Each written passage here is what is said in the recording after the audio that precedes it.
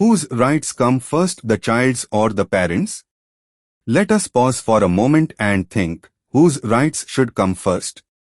Before parents demand their rights from their children, shouldn't they first ask themselves whether they have properly fulfilled the rights and responsibilities they owe to their children? When a father chooses to marry, he should also think about his future children. When a man gets married, he is not only choosing a life partner for himself, he is also choosing the future mother of his children. A good mother can play a vital role in raising and nurturing good children. And good children can, in turn, contribute to building a strong family and a better society. Therefore, before marriage, a person should carefully consider important qualities when choosing a life partner. 1. Is she religious and committed to Islamic values? 2. What kind of lifestyle and daily habits does she have? 3. Does she regularly observe the 5 daily prayers? 4. Does she have an interest in reading the Quran and learning about Islam? 5. Does she have any harmful addictions or bad habits?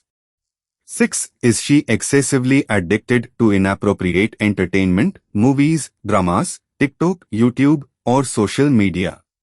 7. Does she have a habit of unnecessary socializing or spending time with non-mahram men?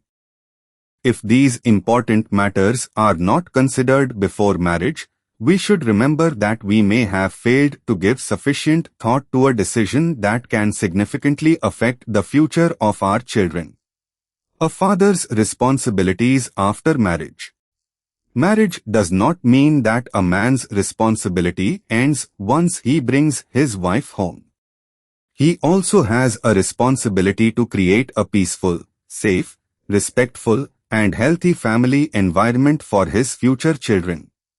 For example, 1. He should encourage respectful and harmonious relationships between his wife and his parents. 2. He should work to maintain peace and stability within the family. 3. He should ensure that Islamic values of modesty and appropriate boundaries are respected when unrelated men or outsiders visit the home. 4. He should create an environment where family members, relatives, neighbors, and others are treated with kindness and respect. Because a child's upbringing begins long before the child is born, it begins with the environment created by the parents. A mother's responsibilities during pregnancy. Once a child is conceived, the responsibilities of both parents become even greater. During pregnancy, the mother should 1. Take proper care of her health, safety, and well-being. 2. Avoid unnecessary or inappropriate interactions.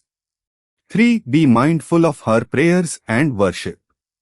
4. Develop an environment of Quran recitation, remembrance of Allah, and good deeds. 5. Avoid spending excessive time on inappropriate or harmful entertainment. 6. Maintain a healthy and positive environment while keeping the child's future upbringing and character in mind. However, it is important to understand that a mother working a job or working 8 hours a day does not automatically mean that she is neglecting her child's rights.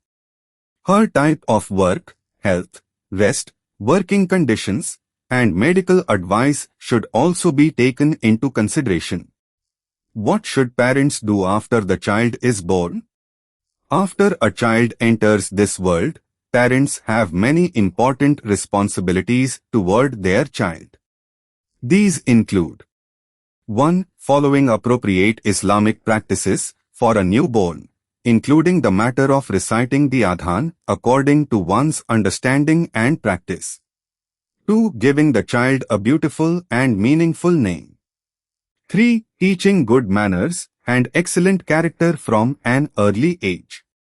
4. Providing age-appropriate Islamic and moral education. 5. Teaching the child the difference between what is right and what is wrong. 6. Helping the child understand, in an age-appropriate way, The concepts of good deeds and sinful actions. 7. Giving the child love, attention, quality time, guidance, and emotional support. 8. Setting a good example through their own behavior and actions. A child does not learn only from what parents say, the child also learns by watching what parents do. So, whose rights come first? Now we come to the most important question. If you have not properly fulfilled your child's rights, how can you expect your child to fulfill all of your rights? If you want your child to listen to you, respect you, care for you, and fulfill their responsibilities toward you, then you must first fulfill your responsibilities toward your child. Fulfilling a child's rights is not merely a favor to the child, it is also a responsibility of the parents. Therefore, simply saying, "I am your father-mother, so you must obey me," does not mean that our responsibility is finished. Instead, we should ask ourselves, have I properly fulfilled my child's rights? Have I provided my child with a healthy and peaceful environment? Have I given my child proper education and guidance? Have I shown my child a good example through my own behavior?